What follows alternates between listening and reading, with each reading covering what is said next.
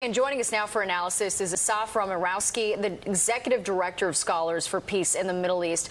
Asaf, thank you so much for joining us. Starting off, we want to get your reaction to this news tonight and the first phase of this deal.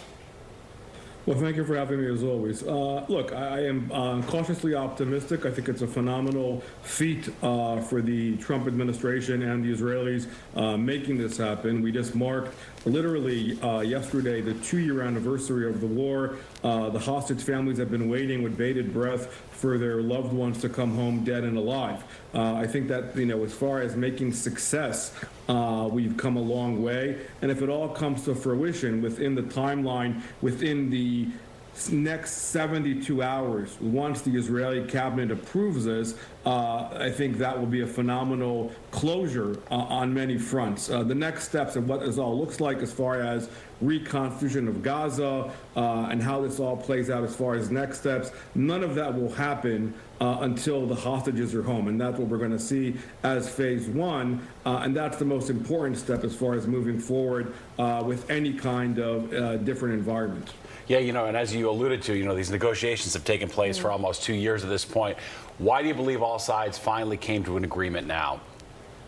To my mind, I think this really is a test case of the amount of pressure that the United States has had on Qatar and on Turkey. They've played a significant role in all of this, and there's definitely, if you look at the images that came out of Sharm el-Sheikh in Egypt, the Turkish intelligence individual, he's the one who brokered a lot of the deal and got Hamas to agree to it. Hamas up until now was agreeing to say yes, but the original deadline was on Sunday. That passed. And so I think that there's definitely mutual interest as far as what Turkey wants from us. And of course, Qatar, which has been playing it both ways. On the one hand, harboring and a safe haven for Hamas leadership. On the other hand, being part of the hostage negotiations.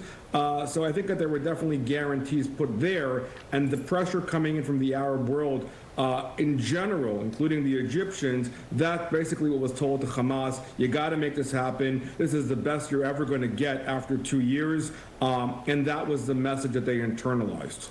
There's so many details that are left to still iron out. Who's going to govern Gaza? Will Hamas disarm themselves? How do you see those negotiations playing out? That's still yet to be determined. I mean, I think that the disarmament of Hamas is a major issue for the Israelis, because the objective of the war was to dismantle Hamas and remove Hamas altogether, disentangle them from Palestinian society. The other part of this deal, which again relates to Turkey and Qatar, is whether or not Hamas leadership will receive some kind of amnesty by allowing them to leave Gaza and try to begin the rebuilding and reconstitution of what Gaza looks like.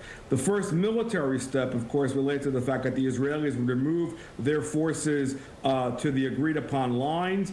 And the hardest part is going to be, again, the challenging part is the release of 1,700 prisoners who were taken active terrorists since the war began, including plus 250 life sentence prisoners who've been in Israeli jails. But again, for closure issues, this is going to be something that the Israeli public needs, and they'll deal with the ramifications later on. It's yet to be seen where it's all going, but again, aid will come in a different environment. But to my mind, to rebuild Gaza altogether, Hamas needs to be out of the picture, and that's going to be something that there's going to be a lot of back and forth as far as what role they play and what other Palestinian factions can play into this in lieu of Hamas. Yeah, thorny negotiations, no doubt, but certainly promising developments tonight. Yeah. Asaf Romirowsky, we appreciate it. Thanks so much.